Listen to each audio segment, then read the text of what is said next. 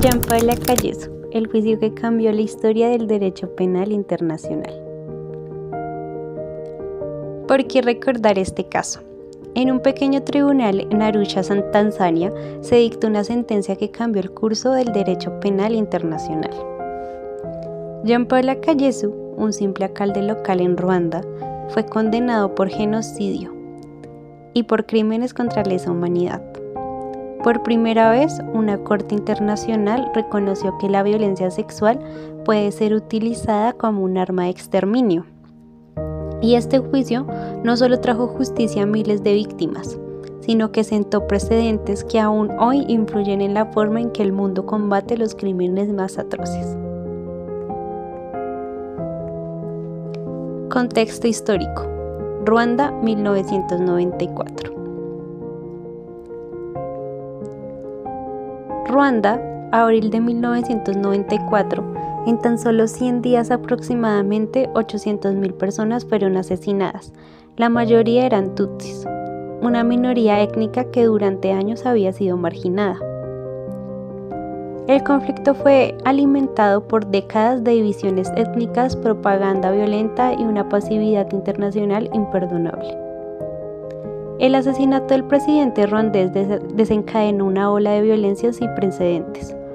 Hutus radicales organizados en milicias como la Interahamwe comenzaron una campaña sistemática de exterminio. Las víctimas eran atacadas en sus casas, iglesias, escuelas y muchos fueron asesinados con machetes, y entre esos horrores las mujeres fueron sometidas a violaciones masivas como parte de una estrategia de aniquilación.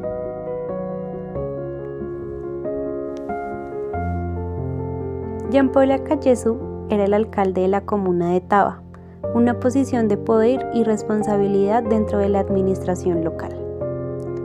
Antes del genocidio, Lacalle era considerado un líder respetado, pero nunca durante la masacre su papel cambió drásticamente. No solo falló en proteger a su población, sino que usó su autoridad para facilitar, permitir y alentar asesinatos, torturas y violaciones sistemáticas. En su oficina municipal, dentro del mismo edificio de gobierno, mujeres fueron violadas repetidamente, y aunque él lo sabía, nunca hizo nada para detenerlo. Los hechos y la acusación. El tribunal documentó que Lacalle incitó públicamente a la violencia contra los tutsis, señalándolos como enemigos del Estado. Fue acusado formalmente de genocidio y de crímenes contra la humanidad. Pero lo que hizo este juicio verdaderamente revolucionario fue la forma en que abordó la violencia sexual. Durante las audiencias, múltiples testigos, principalmente mujeres, declararon que fueron violadas por milicianos en presencia o con el consentimiento de Jean-Paul Lacalle. El tribunal encontró que esas violaciones no eran incidentales ni actos espontáneos, sino una parte integral de la maquinaria genocidia. Así, por primera vez, la violación fue calificada como un acto de genocidio, cuando es cometida con la intención de destruir total o parcialmente a un grupo étnico. El juicio. El juicio se llevó a cabo ante el Tribunal Penal Internacional para la Ruanda, establecido por la ONU en 1994. En septiembre de 1998, después de un largo proceso judicial, Jean-Paul Lacalle fue declarado culpable de 9 cargos, incluidos genocidio y crímenes contra la humanidad, asesinato, tortura y notablemente violación. Fue condenado a cadena perpetua. Su sentencia fue ratificada en apelación en 2001. Este fallo fue un hito legal. Hasta entonces, la violencia sexual había sido sistemáticamente ignorada o minimizada en conflictos armados. El caso Lacalle rompió ese silencio. Los aportes al derecho penal internacional. El juicio de Lacalle dejó una huella profunda en el desarrollo del derecho penal internacional. Entre sus mayores contribuciones se destacan la jurisprudencia sobre el genocidio. Fue el primer caso en el que el Tribunal Internacional condenó a alguien por genocidio tras la Convención de 1948. Reconocimiento de la violación como genocidio. Este fue un punto de quiebre. Se reconoció que la violencia sexual puede tener el mismo peso destructivo que las armas tradicionales.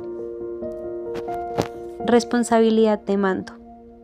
Akayesu fue condenado no solo por lo que hizo, sino por lo que permitió que ocurriera bajo su autoridad. Este principio sigue vigente hoy en juicios internacionales, incluyendo los de la Corte Penal Internacional. Avance en la protección de víctimas y testigos. El juicio abrió espacio a que las mujeres víctimas hablaran, bajo medidas especiales de protección, sentando precedente para la participación de víctimas en procesos internacionales. Legado y reflexión. El caso Akayesu es más que un expediente judicial, es un símbolo de lucha por la justicia que parecía imposible. Las mujeres que rompieron el silencio cambiaron la historia, las víctimas fueron escuchadas y el mundo legal tomó nota.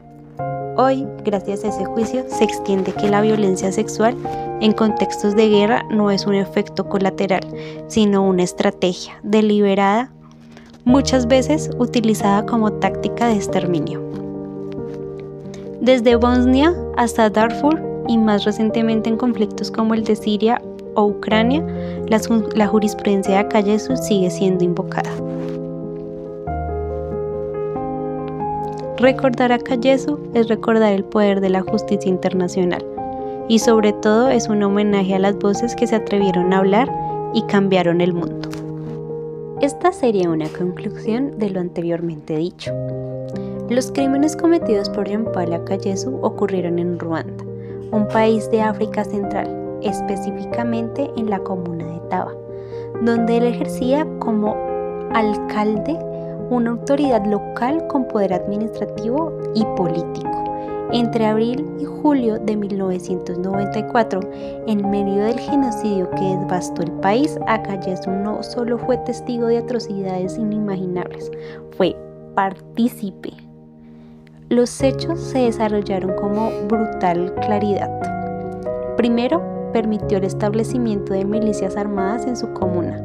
Luego, incitó públicamente a la población hutu a atacar a los tutsis, alentando el odio y la eliminación sistemática de la etnia contraria. A medida que avanzaban los días, su oficina municipal se convirtió en un epicentro de terror. Allí mujeres y niñas fueron violadas en grupo, muchas veces en presencia de autoridades locales. Akayesu sabía y no solo no detuvo estos crímenes, sino facilitó la condición para que ocurrieran. La acusación original contra él incluyó 15 cargos, entre ellos genocidio, incitación directa y pública al genocidio, crímenes contra la humanidad, asesinato, tortura, violación, trato inhumano y violaciones del artículo 3 común a las convenciones de Ginebra.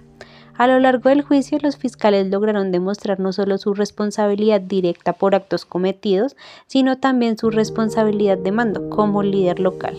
Era su deber proteger a la población civil, y no lo hizo.